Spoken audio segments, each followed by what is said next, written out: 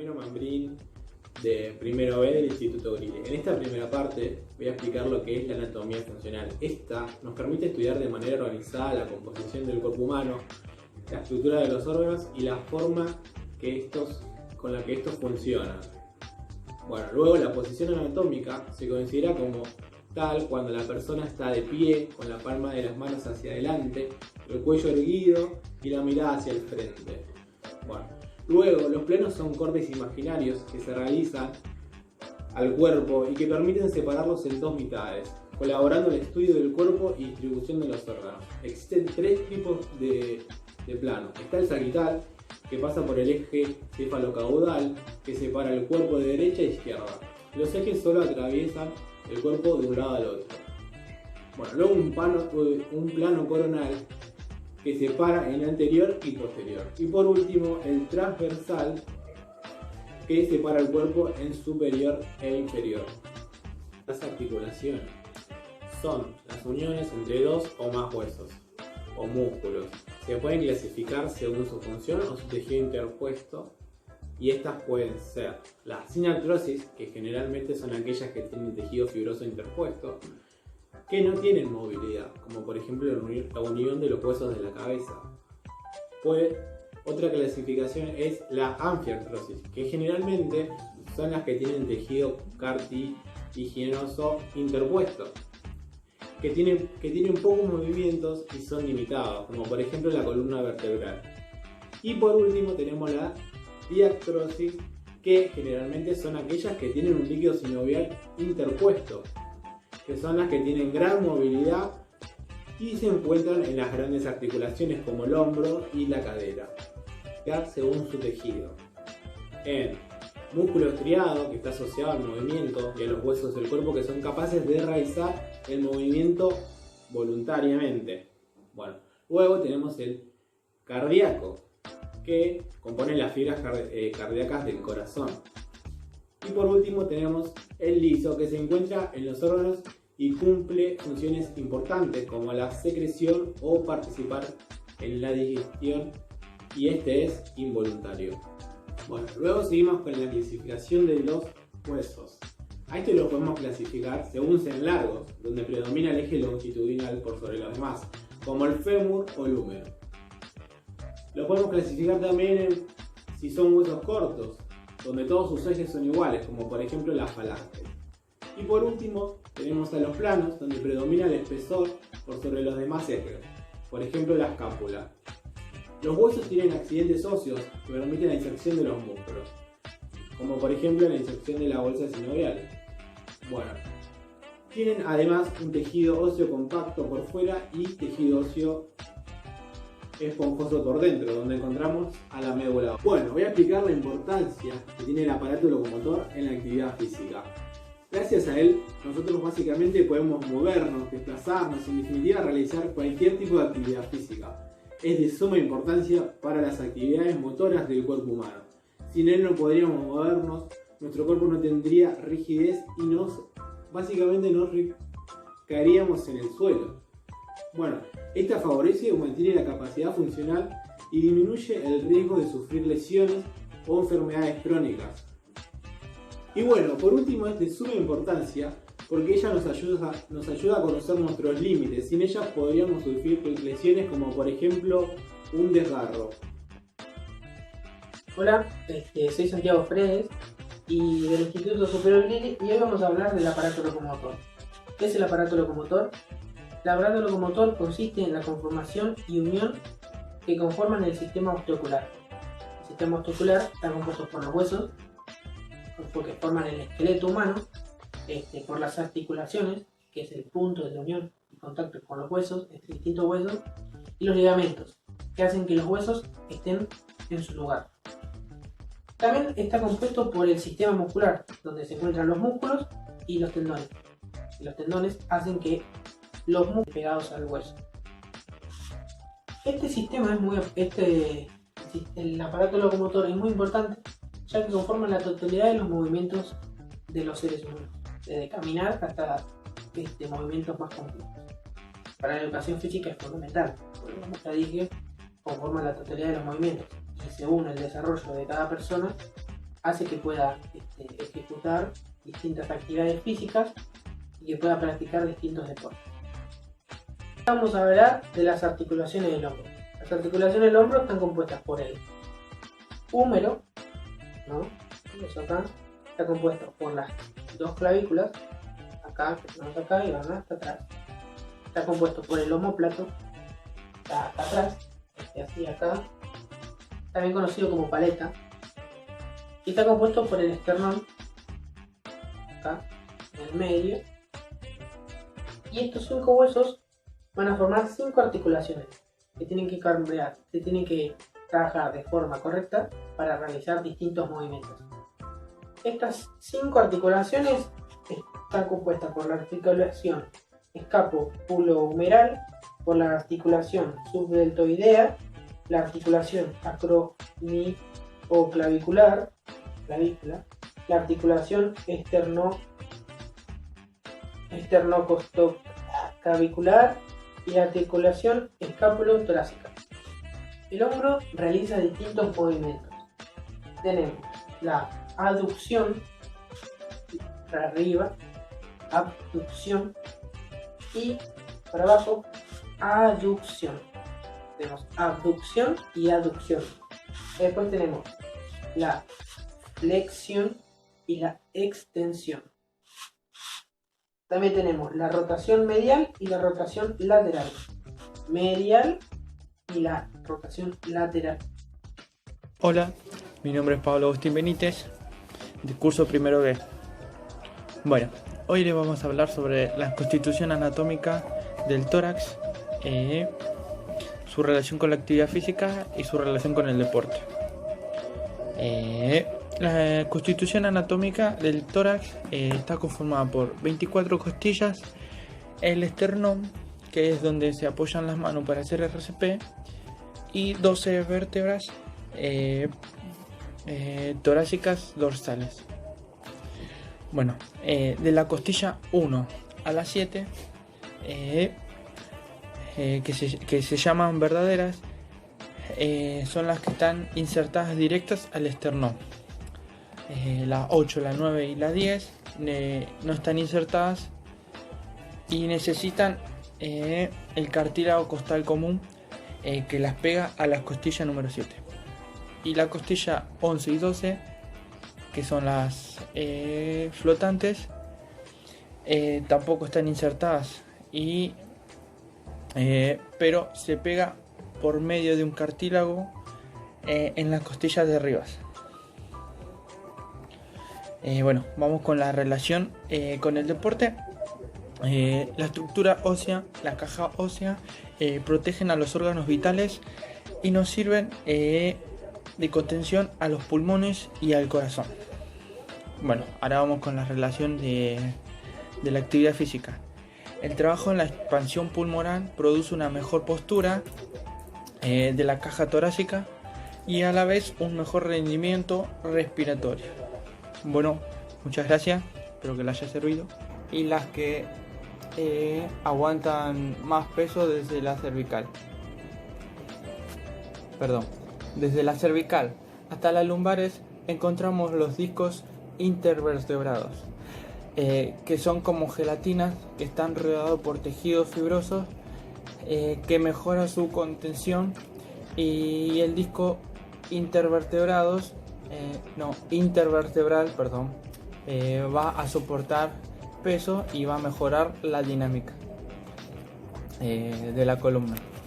Más abajo encontramos el hueso sacro, que son 5 vértebras fusionales, y por debajo el coxis, que son 4 o 5 huesos, y en total son o 33 o 34 vértebras.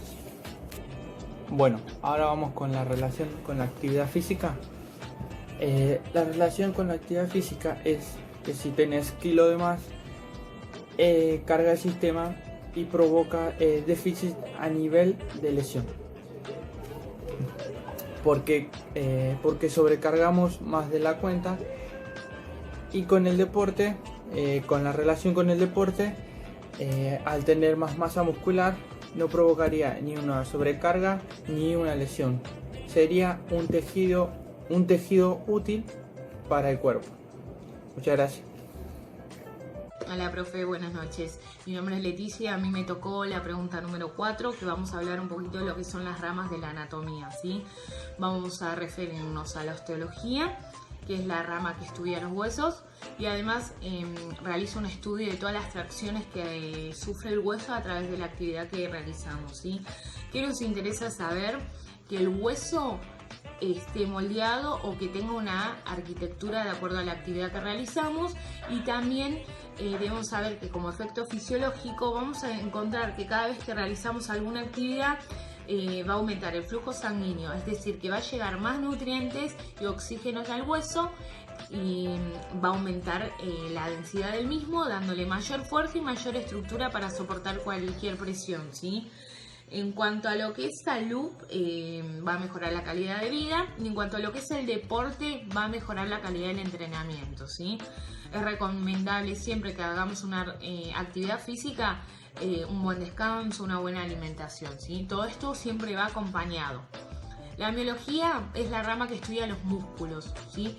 Necesitamos saber que es muy importante para el deporte o la actividad física, porque los músculos son fundamentales para realizar cualquier actividad, ¿sí? Así que va a tener un papel muy importante en lo que es salud, bienestar y calidad de vida, ¿sí? En general. En cuanto a lo que es artrología, es la rama de la anatomía que estudia todas las articulaciones, dividiéndolas en articulaciones sin movimiento, con movimiento reducido o con muchos movimientos, ¿sí? Siempre hay que prestar mucha atención porque esta parte se produce mucha confusión, ¿sí? ¿Qué nos compete saber en cuanto a lo que es actividad física y el deporte? Es que todas estas articulaciones sean siempre flexibles, ¿sí? O sea, que tengan muchísimo movimiento. Muchas gracias, profe. Hola, profe. Soy Lucas Gómez, de primero B, y a mí el trabajo práctico voy a hablar sobre el punto 8 y 9.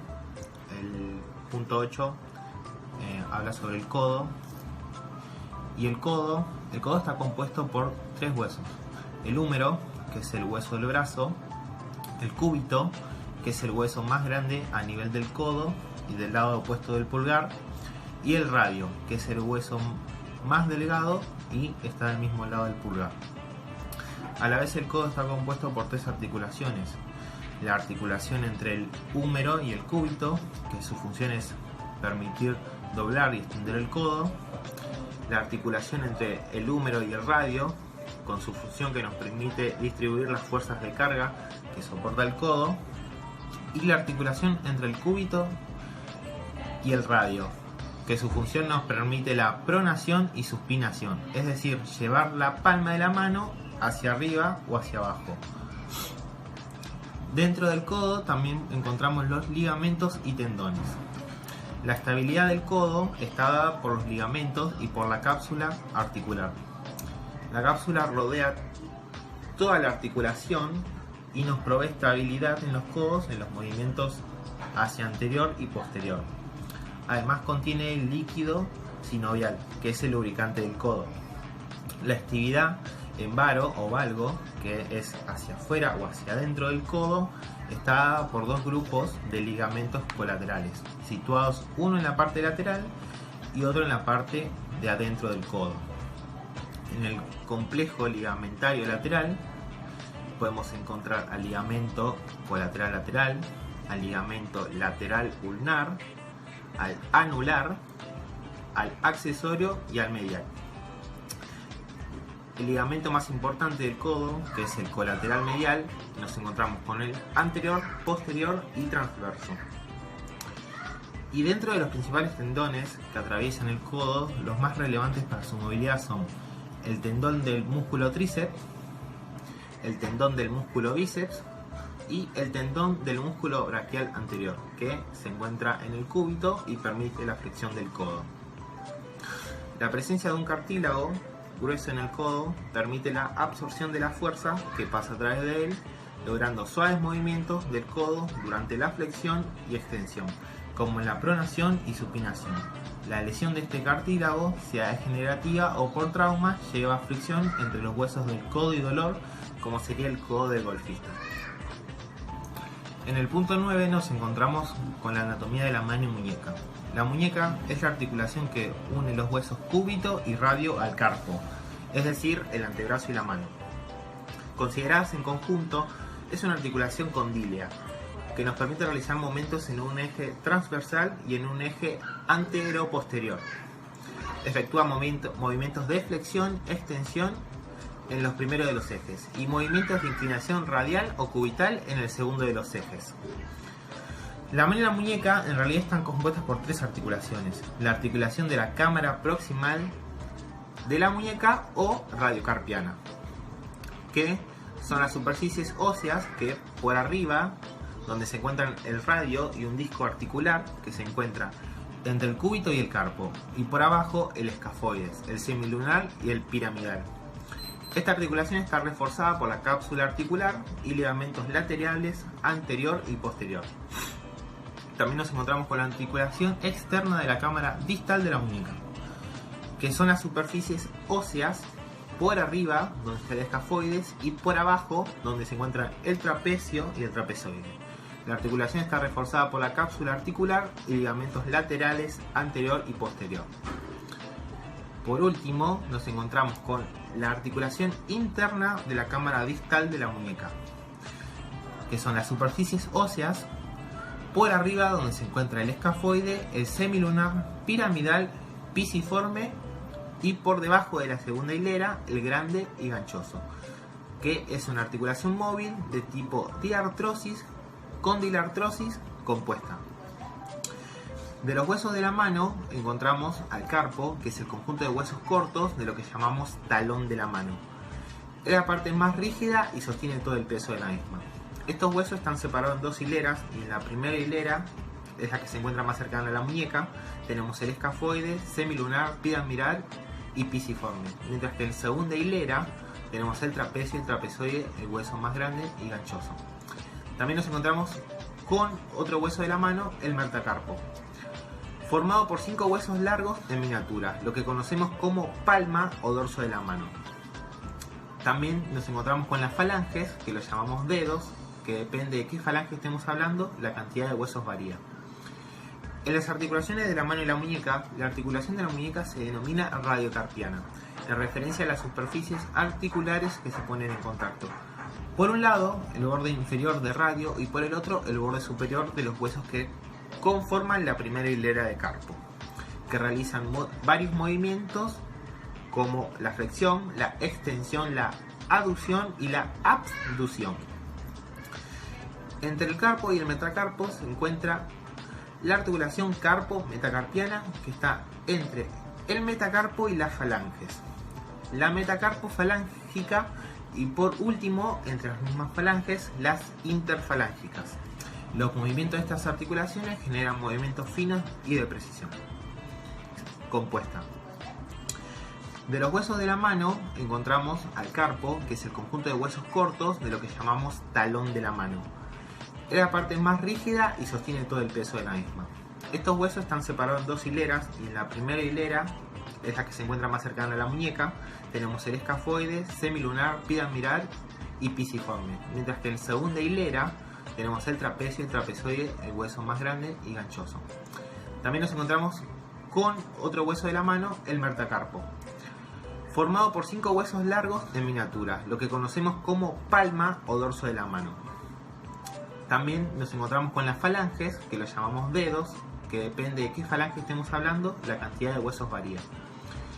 En las articulaciones de la mano y la muñeca, la articulación de la muñeca se denomina radiocarpiana, en referencia a las superficies articulares que se ponen en contacto. Por un lado, el borde inferior de radio, y por el otro, el borde superior de los huesos que conforman la primera hilera de carpo, que realizan varios movimientos como la flexión, la extensión, la aducción y la abducción. Entre el carpo y el metacarpo se encuentra la articulación carpo-metacarpiana, que está entre el metacarpo y las falanges, la metacarpo-falángica, y por último, entre las mismas falanges, las interfalángicas. Los movimientos de estas articulaciones generan movimientos finos y de precisión. Mi nombre es Emanuel Toscano, soy alumno del Instituto Superior Grilli de primero B y hoy voy a hablar de la pelvis. La pelvis es la región anatómica inferior del tronco. Siendo una cavidad, la pelvis es un embudo osteomuscular que se estrecha hacia abajo, limitado por el hueso sacro, el coxis y los coxales, además de los músculos de la pared abdominal inferior y del pirineo. Limita un espacio llamado cavidad pélvica donde se encuentran órganos importantes, entre ellos los del aparato reproductor femenino. La pelvis está compuesta por 5 huesos: sacro, ilíaco, isquion, púbico y sínfisis púbica. Y a su vez, el ilíaco cuenta con 3 partes: ilion, isquion y pubis. Existe una diferencia entre la pelvis de la mujer y del hombre. Podemos destacar que en la pelvis de la mujer las aletas ilíacas están más orientadas hacia afuera y la pelvis está más abierta. El sacro de las mujeres es de menor altura pero de mayor anchura, mientras que los hombres tienen más altura pero es más fino. El promontorio de las mujeres es más cerrado y es más abierto el de los hombres. La altura de la pubis de las mujeres es menor que la del hombre y el ancho de la pelvis es mayor en las mujeres que en los hombres. Las lesiones más frecuentes de este hueso son las fracturas, las cuales pueden ocurrir por consecuencia de accidentes automovilísticos a alta velocidad, la colisión de un auto o una moto sobre un peatón o de caídas en ciertas alturas. Y ahora voy a hablar de la cadera. La cadera o hueso coxal es un hueso de la pelvis ósea, es par, plano, esponjoso, en forma cuadrilátera helicoidal y está compuesto por 3 huesos: ilion, pubis e isquion. Tiene 2 caras, una externa y una interna, posee 4 bordes: superior, inferior, anterior y posterior, y también posee 4 ángulos. Está formada por la articulación que forma la cabeza esférica del fémur y el acetábulo de la pelvis. Es la conexión entre los huesos que forman el miembro inferior del esqueleto, el tronco y la pelvis. Junto con la musculatura que lo rodea, soporta el peso del cuerpo tanto en posturas estáticas como dinámicas. La articulación coxofemoral es una de las articulaciones más importantes del cuerpo. Es del género diartrosis porque es una articulación móvil, del tipo enartrosis porque su superficie articular corresponde a segmentos de esfera. Su superficie articular es la cavidad cotiloidea del coxal y la cabeza del fémur. Está formada por 3 partes: ilion, pubis e isquion, que se juntan y forman lo que se llama la cavidad cotiloidea. Los medios de unión: el ligamento capsular, 3 ligamentos de refuerzo que son los ligamentos iliofemoral, pubofemoral e isquiofemoral, y el ligamento redondo. Los movimientos que puede realizar es la flexión, extensión, abducción, aducción, rotación longitudinal y circunducción. Y las lesiones más frecuentes son las distensiones, bursitis, dislocaciones y fracturas.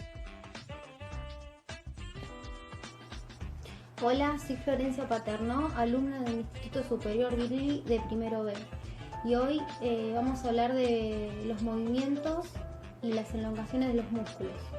Para empezar, elegí trapecio. Su movimiento funcional es la extensión de cuello.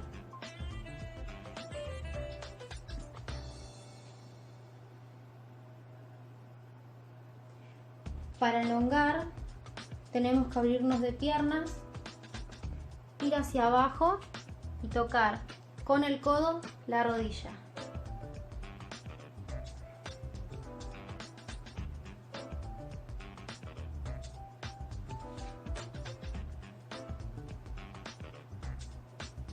A continuar con el dorsal ancho. Su movimiento funcional aproxima el brazo a trepar.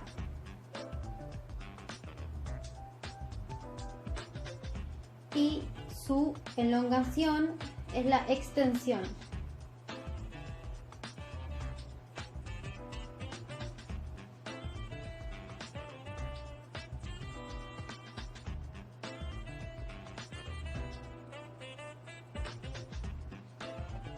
vamos a continuar con el cuadrado lumbar.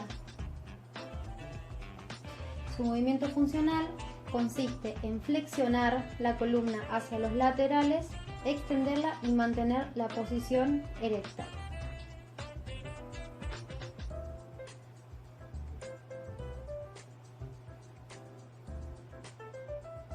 Ahora vamos a continuar con el músculo supraespinoso. Su movimiento es abducción de hombro,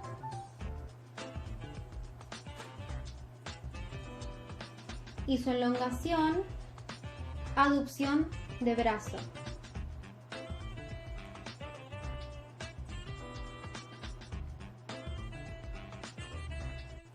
Ahora vamos a continuar con los deltoides. Para realizar su movimiento funcional tenemos que hacer la extensión. Podemos realizar elevaciones laterales.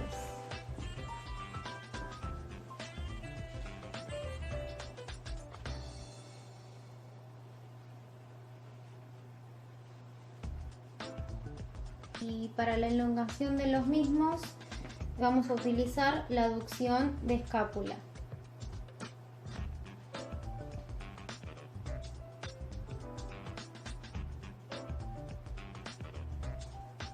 Y ahora vamos a continuar con bíceps.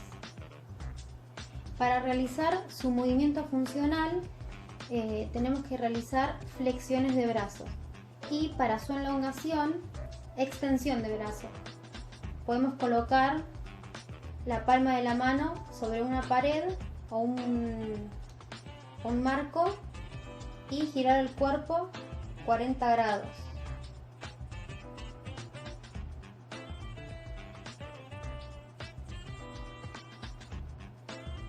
Ahora vamos a continuar con tríceps.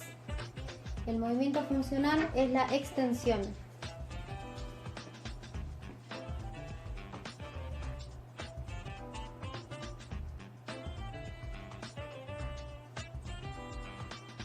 Y la forma de elongar es poner la mano detrás de la cabeza y con la mano contraria empujar el codo hacia abajo.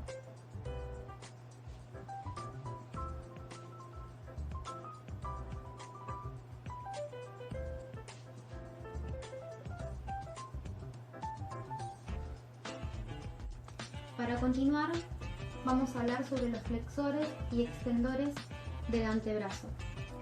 Dentro de los movimientos del antebrazo están los movimientos que hace el codo, que pueden ser tanto flexión como extensión.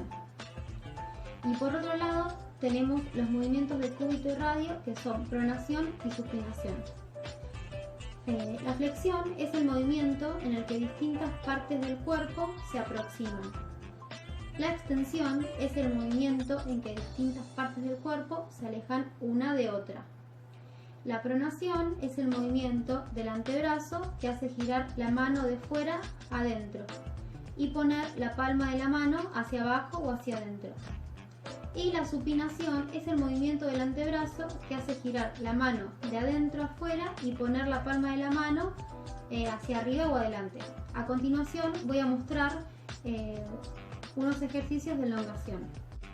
Para la elongación de flexores tenemos que buscar una superficie plana, apoyar la palma bien tensionada, el pulgar mirando hacia afuera y estirar completamente el brazo.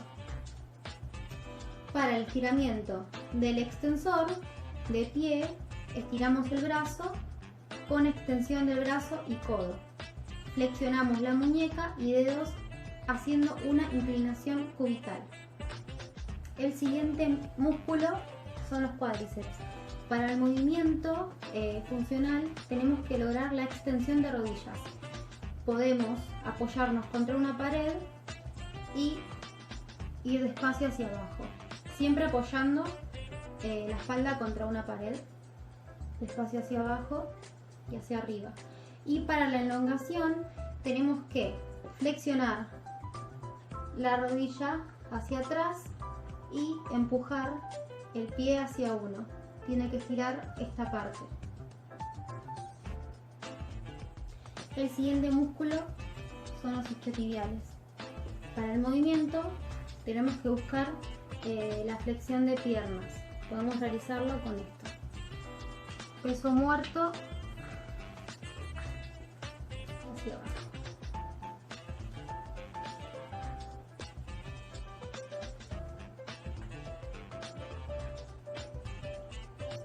Y para la elongación tenemos que buscar la extensión de piernas.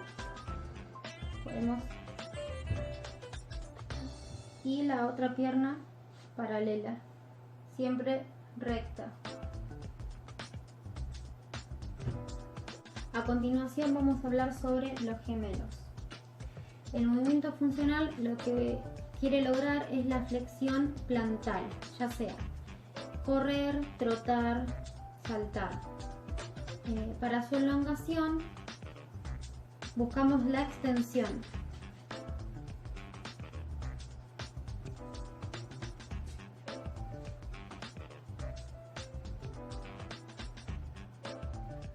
Y por último tenemos el tibial anterior y el sóleo.